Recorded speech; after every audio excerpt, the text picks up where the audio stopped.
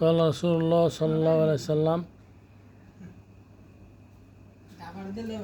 কোন ফির দুনিয়া কান্নাকা গারিবুন আও আবিরু সাবিল, দুনিয়া এমনিভাবে থাকো যেমনিভাবে কোনো পথিক বা মুসাফির থাকে।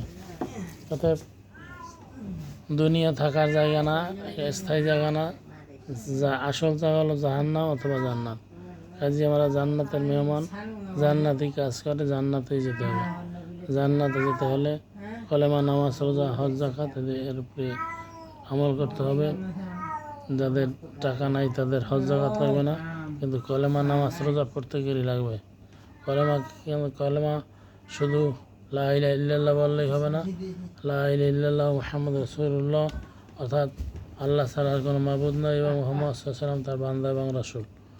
কাজেই এই কলেমা তিনটা ভাগ করা আছে: ইকরার বিল লিসান, তাসদিক বিল জানান, আমল বিল আরকান। ইকরার বিল লিসান মুখে স্বীকার করা, তাসদিক বিল জানান অন্তরে বিশ্বাস করা, আমল বিল আরকান আমলে পরিণত করা। তিনটার সমন্বয় হলো কলেমা। কাজেই কলেমাকে মজবুত করে ধরতে হবে। একবার লা ইলাহা ইল্লাল্লাহ বললে এবং রাসূল সাল্লাল্লাহু আলাইহি ওয়াসাল্লামের প্রতি ঈমান আনলে, পরকালের প্রতি ঈমান আনলে, তাহলে সে মুমিন হতে পারবে।